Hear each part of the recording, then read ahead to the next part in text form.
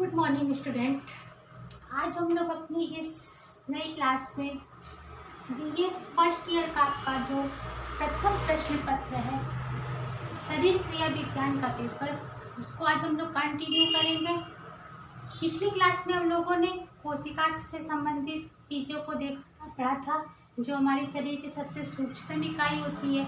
अब उसी यूनिट को आगे बढ़ाते हुए हम लोग अपना आज का जो टॉपिक है शरीर क्रिया विज्ञान, यानी कि जो शरीर विज्ञान में हम लोगों के शरीर के विभिन्न संस्थान होते हैं, जैसे पाचन संस्थान, श्वसन संस्थान, हृदय संस्थान और जितने भी संस्थान हैं उन सभी संस्थानों के बारे में, तंत्रिका संस्थान, प्रजनन संस्थान, इन सभी संस्थानों को हम लोग इस लेसन में हम लोग आगे देखेंगे। तो पहली बात कर लेते हैं शरीर क्रिया विज्ञान की। आपका शरीर क्रिया विज्ञान क्या है? ठीक है, अप्लाइड लाइफ साइंस जो आपका पेपर है उसके संबंधित है ये।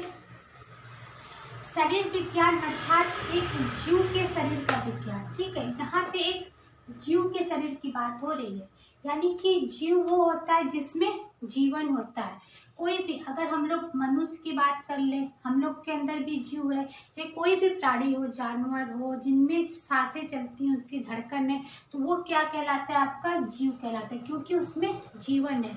ये बात अलग होती है कि हर व्यक्ति, उनका जीवन और मानव का जीवन डिफरेंट होता है। हम लोगों के जीवन का तरीका अलग है, उन लोगों के जीवन का तरीका अलग है। तो हमारे जो ये विज्ञान है शरीर क्रिया विज्ञान, इसमें प्राणी के यानी कि मनुष्य के जीवन की बात होगी, उसके शरीर के अंदर कितने संस्थान होते हैं, किन संस्थानों से पूरा शरीर हमारा कार्य करता है और हमारी सारी गतिविधियां होती हैं, उन सब की बातें होंगी जो कि इस संस्थान के अंतर्गत। ठीक है, अब बात कर लेते हैं कि शरीर विज्ञान अर्थात वो विज्ञान जो इस मशीन के विभिन्न अंगों की कार्यप्रणाली का अध्ययन करता है। ठीक है, यहाँ पे मशीन किसको कहा गया? यहाँ पे मशीन हमारे शरीर को माना गया है कि जो हमारा ये शरीर है एक मशीन की भांति है। ठीक है, हम लोग कार्य करते हैं, शरीर को यहाँ पे एक मशीन की संज्ञा दी गई है कि उसको हम लोग क्या कहते हैं। तो बच्चों, शरीर विज्ञान अर्थात एक जीव का विज्ञान। ठीक है, जीव के शरीर का विज्ञान जो होगा वो आपका होगा शरीर विज्ञान। यहाँ पे हम लोगों की बात हो रही है, तो हम लोग प्राणी है, इंसान की बात हो रही है। जीव का शरीर हम एक मशीन है, यानी कि हमारे शरीर को एक मशीन की संज्ञा दी गई है। जिस प्रकार मशीन के अंदर विभिन्न प्रकार के कलपुर्जे होते हैं, बहुत से उसके पार्ट्स होते हैं, तो वो मशीन कार्य करता है। उसी प्रकार ये जो हमारी पूरी बॉडी है, बाहरी रूप से और आंतरिक रूप से, तो आंतरिक संरचना में बहुत से ऐसे पार्ट्स होते हैं, बहुत से ऐसे अंग होते हैं जिनसे ये पूरा शरीर हमारा संचालित होता है। तो उन सारे अंगों की संरचना, बनावट, आकार, माप, इन सारी चीज़ों की जो जानकारी होती है वो हमें किससे प्राप्त होती है? हमारे शरीर विज्ञान चैप्टर आपका जो है इससे हमें प्राप्त होगी। तो जब किसी जीव में किसी जीवन है तो उसमें जीवन होगा, तो उसमें वृद्धि होगी, उसमें प्रजनन की क्षमता होगी, उसमें पाचन भी होगा, वो श्वास भी लेगा, तो उसमें श्वसन संस्थान भी होंगे। तो ये जब पाचन की क्रिया होगी तो पाचन संस्थान होंगे, श्वसन होगा तो श्वसन संस्थान। तो जीव है तो उसके शरीर में वो सारी क्रियाएं होंगी जिससे हमारा शरीर चलता है। तो अगर एक रूप में देख ले तो यहाँ पे मशीन को हमारे शरीर के रूप में संज्ञा दी गई है कि जिस प्रकार मशीन के विभिन्न कलपुर्जों की सहायता से मशीन कार्य करता है, उसी प्रकार शरीर के विभिन्न अंगों से की संस्थान से सारा हमारा शरीर कार्य करता है। जब बच्चों हम लोगों ने कोशिका वाला चैप्टर पढ़ा था तो उसमें हमने बताया था कि जो कोशिका होती है वो जीवन की सबसे सूक्ष्म इकाई होती है। ठीक है, कोशिकाओं से हमारे शरीर की संरचना हुई है। ठीक है, कोशिका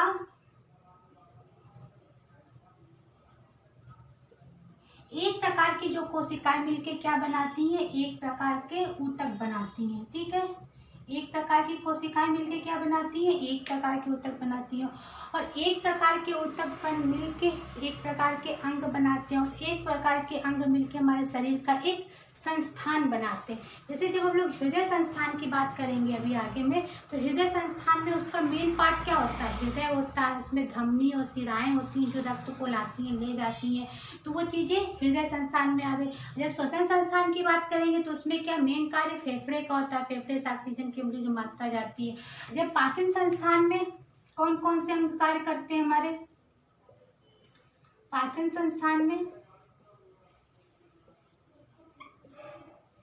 पाचन संस्थान में सबसे पहला जो हमारा अंग जहाँ से हमारा भोजन मुख से पेट में जाता है, तो पहले हमारा क्या होता है, मुंह होता है, ठीक है। फिर उसके बाद वो ग्रास नली में जाता है भोजन,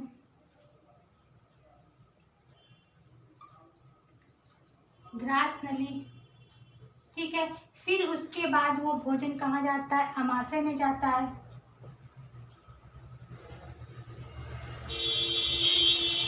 अमाशय के बाद छोटी आंत, छोटी आंत के बाद बड़ी आंत, बड़ी आंत के बाद वो जो अवशिष्ट पदार्थ होते हैं शरीर से बाहर निकल जाते हैं। जब भी हम लोग पाचन संस्थान आगे पढ़ेंगे तो उसमें सारी डिटेल्स देखेंगे। तो पाचन संस्थान में सारे अंग मिल गए हमारे, ग्रास नली, अमाशय, छोटी आंत, बड़ी आंत, तो ये सारे संस्थान मिलके क्या बनाया, एक आपका एक संस्थान बनाया। वो संस्थान क्या कहलाया, आपका पाचन संस्थान। तो इसी तरह जितने भी अंग होते हैं मिलके एक एक संस्थान बनाते हैं, और वो संस्थान हमारे शरीर को चलाने में, हमारे शरीर को मदद करते हैं, ठीक है। अब बात आती है कि शरीर विज्ञान में मशीन के विभिन्न अंगों से, तो हमारे शरीर से रिलेटेड जो चीज़ें होती हैं उन चीज़ों को पढ़ते हैं हम लोग। तो जब कोई मशीन है, मशीन शरीर को मशीन की संज्ञा दी गई है, तो जब मशीन के कोई कल पुर्जे खराब हो जाती हैं, कोई पार्ट्स उसका जल जाता है, तो फिर उस मशीन की रिपेयरिंग होती है, उस पार्ट्स को आदमी सही करता है, तो फिर वो मशीन कार्य करना प्रारंभ कर देती है। ठीक वही चीज़ें हमारे शरीर में भी होती हैं। हमारे शरीर का जो आंतरिक संरचना में कोई चीज़, जैसे हमारा अमाशय डैमेज हो गया, या हमारी किडनी इफेक्टेड हो गई, या हमारी सेल्स रोज़ बनती हैं रोज़ मरती हैं, तो वो चीज़ें जब अगर डैमेज होती हैं या कोई उनको नुकसान हो जाता है, तो हम लोग उस अंग को अपने दवा से या फिर ऑपरेशन की सर्जरी जिसकी मदद से भी उस अंग को हम लोग अपने ठीक करते हैं, और फिर वो अंग हमारा कार्य करने लगता है। तो ये बात हो गई आपकी कि हमारे शरीर के विभिन्न अंगों की मरम्मत भी होती है, और मानव शरीर इन विभिन्न अंगों से मिलके बना हुआ। हमारे शरीर में करीब 12 प्रकार के संस्थान पाए जाते हैं जो अलग अलग अंगों को मिलाकर एक संस्थान बनते हैं, और वो सारे संस्थान हमारे शरीर को चलाते हैं। इन संस्थानों के बारे में 1 बाय 1 पढ़ेंगे, जैसे पाचन संस्थान, श्वसन संस्थान, हृदय संस्थान, आपका तंत्रिका संस्थान हो गया। तो ये सारे संस्थानों को हम लोग 1 बाय 1 आगे डिटेल में पढ़ेंगे। अब बात आती है कि जो आपका ये शरीर विज्ञान है बहुत ही विस्तृत विज्ञान है। इसको आप मतलब एक साथ पढ़ने में परेशानी हो सकती है, इसलिए हम लोग इसको 2 भागों में डिवाइड करके इसकी संरचना को पढ़ेंगे और जानेंगे इसमें क्या क्या चीज़ें आती हैं। पहली बात आती है मानव शरीर विज्ञान की, ठीक है। तो मानव शरीर विज्ञान में कौन कौन से विज्ञान आ जाते हैं, शरीर रचना। इसमें शरीर रचना की बात कर लेते हैं।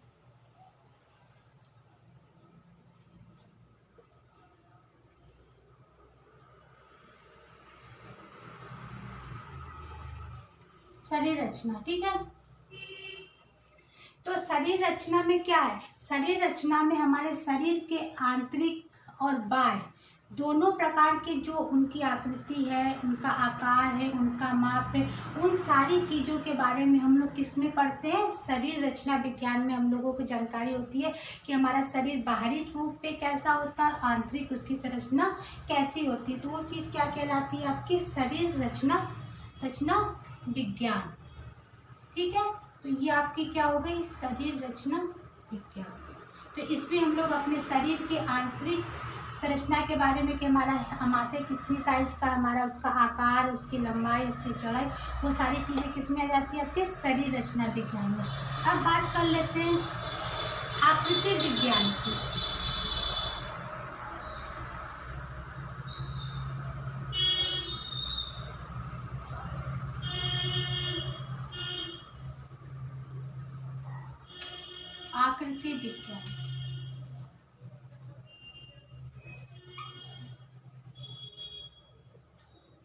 ठीक है।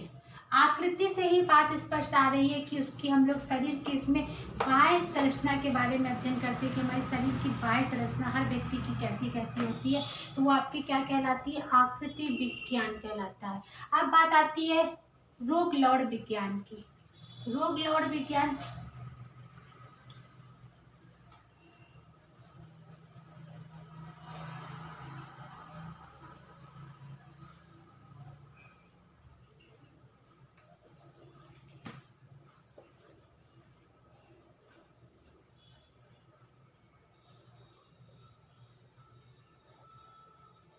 ये आपका क्या है, रोग लौड़ विज्ञान। ठीक है, रोग लौड़ विज्ञान वो विज्ञान होता है जिसमें हमारे शरीर में कोई रोग हो जाती है, कोई समस्या हो जाती है, तो वो समस्या अगर हमको देखने से डॉक्टर नहीं पता कर पाती या किसी चीज़ से नहीं पता चलती है, तो इसमें आपके ब्लड से, आपके मल मूत्र से, आपके जिससे भी पैथोलॉजी में जो आपकी जांच के द्वारा उस रोग को पता किया जाता है, वो सारी चीज़ें किस में आ जाती है, रोग लौड़ विज्ञान में।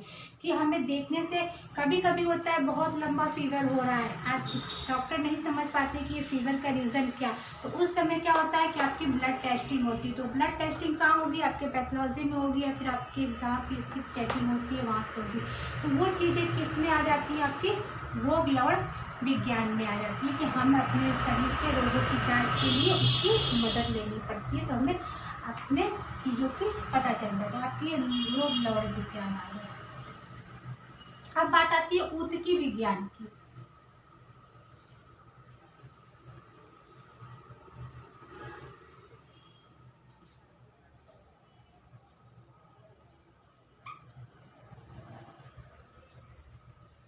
ऊतकी विज्ञान यानी कि आपका टिश्यू साइंस जिसको कहते हैं, ऊतक से ही ऊतकी शब्द बना हुआ है। तो एक प्रकार की कोशिकाएं मिलकर एक प्रकार के ऊतक का निर्माण करती हैं। ऊतक कितने प्रकार के होते हैं, ऊतक 4 प्रकार के होते हैं। ठीक है, तो ये ऊतकी विज्ञान में हम ऊतकों की बात करते हैं, जैसे उपकला ऊतक, पेशीय ऊतक, उपकला ऊतक,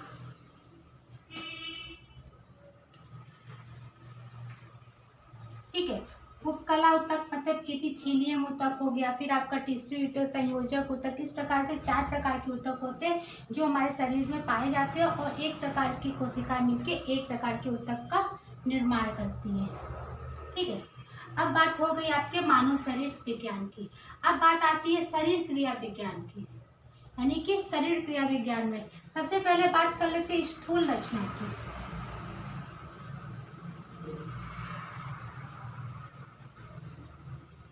स्थूल रचना,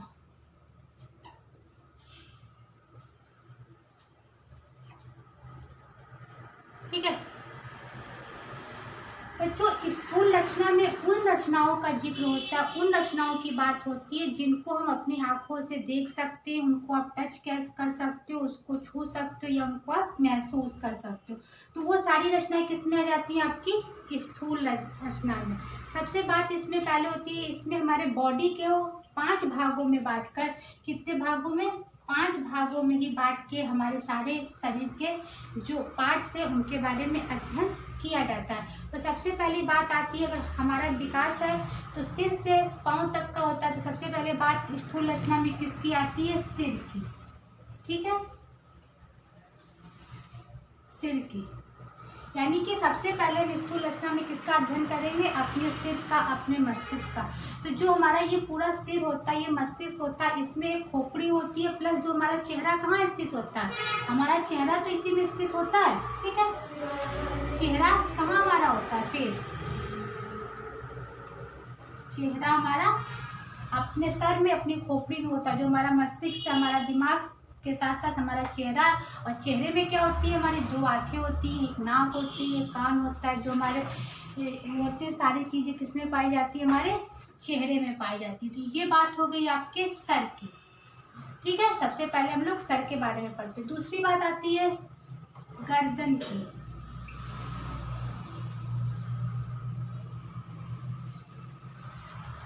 ठीक है, गर्दन यानी कि निक्की। तो सिर तथा, देखिए आप, हमारे सिर और जो हमारे शोल्डर से धड़ होता है उसको जोड़ने वाला कौन सा पार्ट होता है, वो होता है गर्दन कहलाता है। हमारे सिर और धड़ को जो जोड़ रहा है वो क्या कहलाता है, आपका गर्दन कहलाता है। तो इसकी बात हो गई। अब बात आती है धड़ की।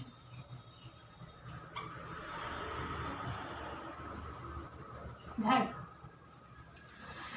गर्दन से नीचे का भाग, जो गर्दन से आपके नीचे का भाग तथा आपके जो पैर है, आपके टांगों के ऊपर तक का भाग क्या कहलाता है, हमारा धड़ कहलाता है। हिस्सा जो हमारा होगा वो क्या होगा, आपका धड़ होगा। ये भी बात क्लियर हो गई। अब बात आती है आपके, ये धड़ हो गई। अब बात आती है ऊर्ध्व शाखा है, ठीक है।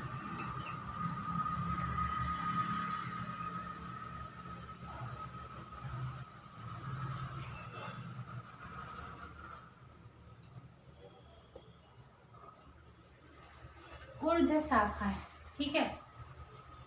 यानी कि धड़ के, जो हमारा धड़ है उसके ऊपर वाले भाग में, जो हमारा धड़ उसके ऊपर वाले भाग में दाईं और बाईं ओर, ठीक है, दाईं और बाईं ओर एक एक बाह होती है, ठीक है। दाईं और बाईं हमारे एक एक बाह होती है। उस बाह को कौन ज्वाइंट करता है, हमारा जो शोल्डर होता है। तो ये क्या हो जाएंगी, आपकी ऊर्ध्व शाखाएं होंगी। ऊपर की दो बाहें जो शोल्डर से जुड़ी हुई हैं। अब पांचवी बात आती है आपकी अधो शाखाएं।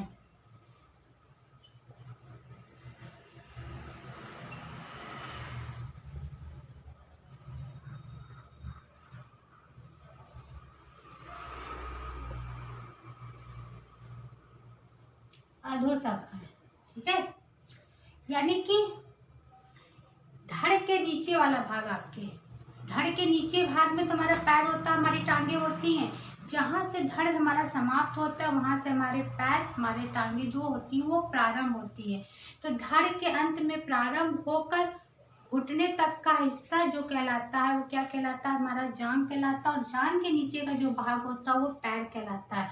और पैर में हमारे पंजा होता है। पंजे में क्या होता है, 4 उंगलियां होती है और एक अंगूठा होता है। वही बात हमारे हाथों में भी होती है। हमारे हाथों में क्या, 4 उंगलियां और एक अंगूठा होता है। तो ये सारी चीज हो गई आपकी स्थूल रचना में, कि जिसको हम देख सकते हैं, जिनको हम सुन मतलब देख सकते हैं, जिनको हम लोग समझ सकते हैं, वो चीजें क्या हो जाती है, स्थूल रचना। तो इन सारी चीजों के बारे में हम लोग शरीर क्रिया विज्ञान में देखते हैं कि इनकी बनावट कैसी होती है, इनकी संरचना कैसी होती है। अब बात आती है सूक्ष्म रचना की, ठीक है। अब बात आती है आपके सूक्ष्म रचना की।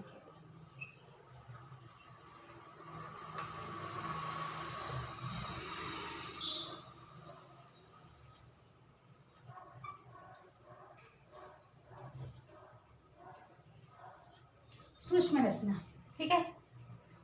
सूक्ष्म रचना वो रचना होती है बच्चों जिनको हम लोग अपनी आंखों से नहीं देख पाते। इनको देखने के लिए हमको सूक्ष्मदर्शी यंत्र की आवश्यकता पड़ती है, जिससे वो रचना को हम लोग देख पाते हैं। इनको अपनी आंखों से हम लोग इनको नहीं देख पाते हैं, ठीक है। तो ये सारी चीजें किसमें आ जाती हैं, सूक्ष्म रचना में। तो सूक्ष्म रचना में कौन कौन सी चीजें आती हैं, सूक्ष्म रचना में पहली चीज आपकी होती है कोशिका,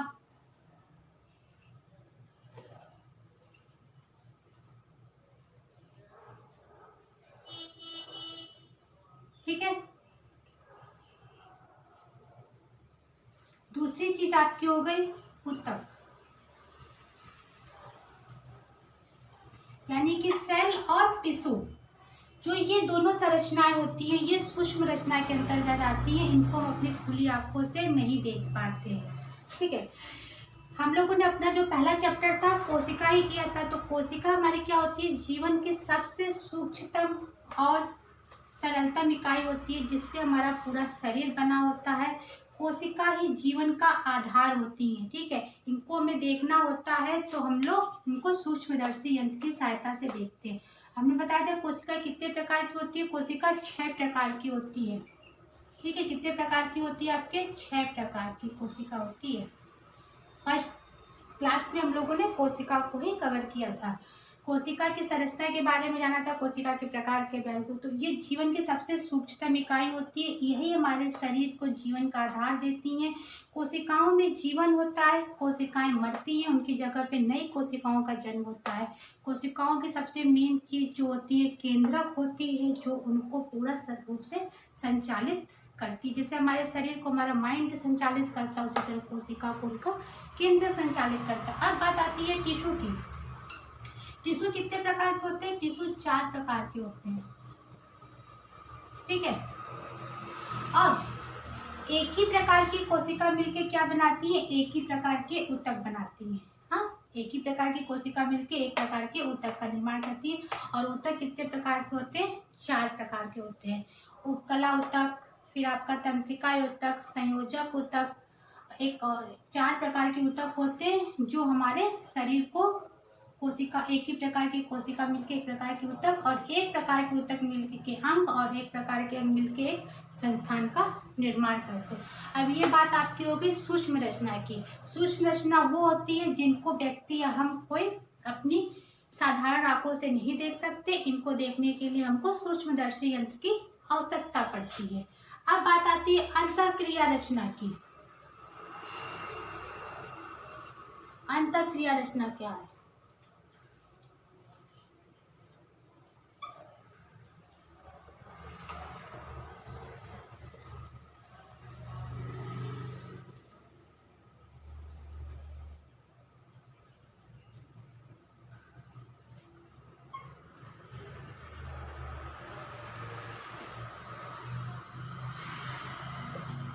अंतःक्रिया रचना, ठीक है। अंतःक्रिया रचना में जब एक प्रकार की कोशिकाएं मिलकर एक प्रकार के ऊतक का निर्माण किए, एक प्रकार के ऊतक मिलकर एक प्रकार के अंग, और एक प्रकार के अंग मिलकर एक संस्थान का निर्माण करते हैं, तो सारी चीजों का अध्ययन कहाँ करते हैं? अंतःक्रिया रचना में करते हैं, ठीक है। अंतःक्रिया रचना किसी अंग को पूर्ण करते तो पूरा संस्थान हमारा कार्य करता है। तो अंतःक्रिया रचना में हम लोग अपने शरीर में पाए जाने वाले जो करीब 10 से 12 संस्थान पाए जाते हैं, उनके विषय में पढ़ेंगे कि ये सारे संस्थान हमारे कौन कौन से कार्य करते हैं। जैसे पहला आपका है अस्थि तंत्र।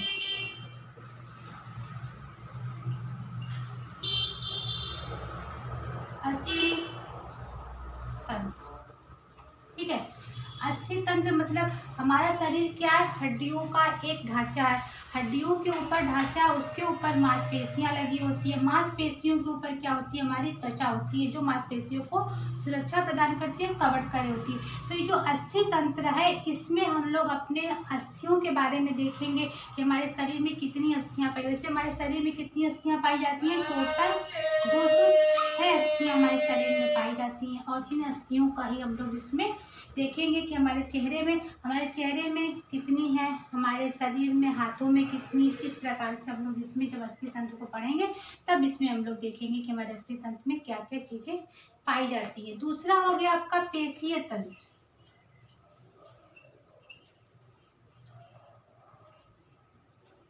पेशीय तंत्र, ठीक है। पेशीय तंत्र, पेशीय तंत्र में जो हमारी मांसपेशियां, मस्कुलर हड्डियों के ऊपर अगर हम लोग की मांसपेशियां न चढ़ी हो तो हम लोग कुछ कार्य नहीं कर सकते।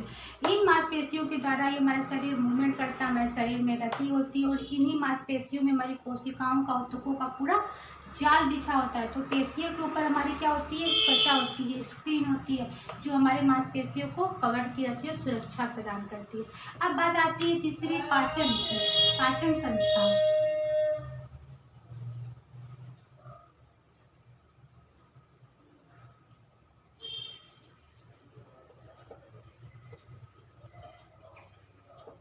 अस्थि संस्थान और पेशीय संस्थान। अब बात आती है पाचन संस्थान,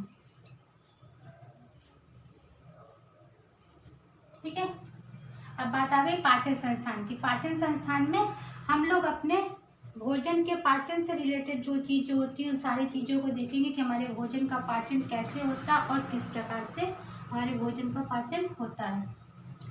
अब बात आती है श्वसन संस्थान।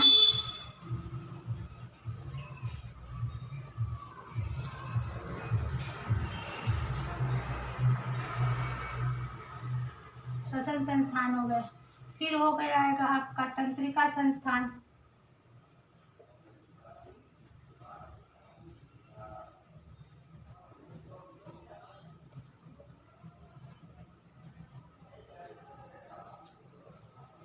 तंत्रिका संस्थान यानी कि जो हमारा सबसे मेन चीज होता है, हमारे मस्तिष्क कहाँ से कार्य करता है उसके बारे में तंत्रिका संस्थान।